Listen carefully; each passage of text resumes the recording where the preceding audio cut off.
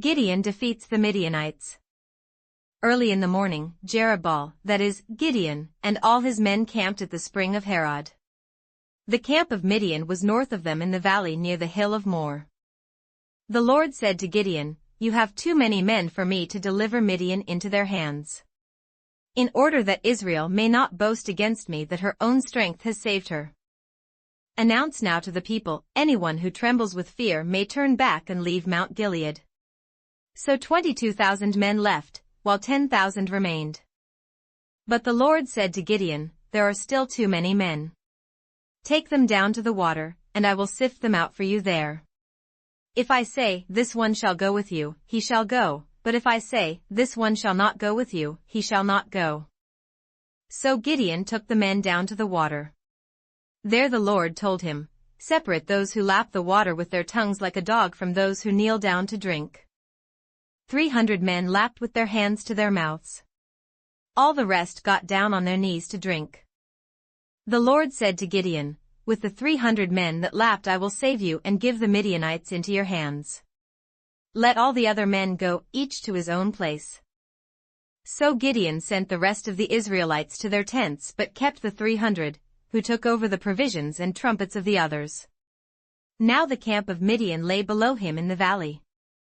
During that night the Lord said to Gideon, "Get up, go down against the camp, because I am going to give it into your hands. If you are afraid to attack, go down to the camp with your servant Purah. And listen to what they are saying.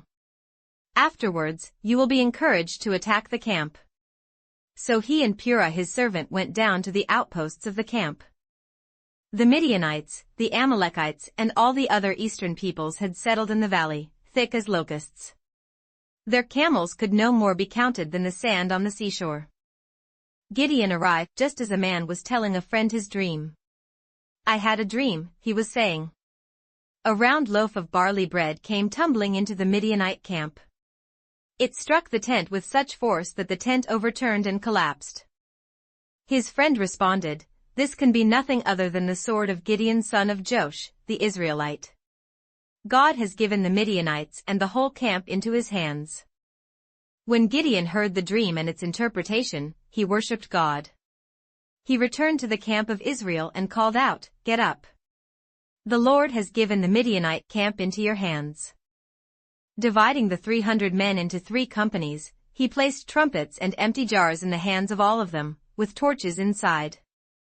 "Watch me," he told them. "Follow my lead. When I get to the edge of the camp, do exactly as I do. When I and all who are with me blow our trumpets, then from all around the camp blow yours and shout for the Lord and for Gideon."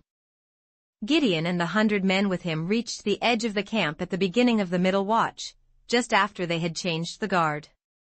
They blew their trumpets and broke the jars that were in their hands. The 3 companies blew the trumpets and smashed the jars. Grasping the torches in their left hands and holding in their right hands the trumpets they were to blow, they shouted, "A sword for the Lord and for Gideon." While each man held his position around the camp, all the Midianites ran, crying out as they fled. When the 300 trumpets sounded, the Lord caused the men throughout the camp to turn on each other with their swords. The army fled to Beth-shittah towards Zererah as far as the border of Abel-Meholah near Tabbath. Israelites from Naphtali, Asher and all Manasseh were called out, and they pursued the Midianites. Gideon sent messengers throughout the hill country of Ephraim, saying, "Come down against the Midianites and seize the waters of the Jordan ahead of them as far as Beth-barah." So all the men of Ephraim were called out and they took the waters of the Jordan as far as Beth-barah.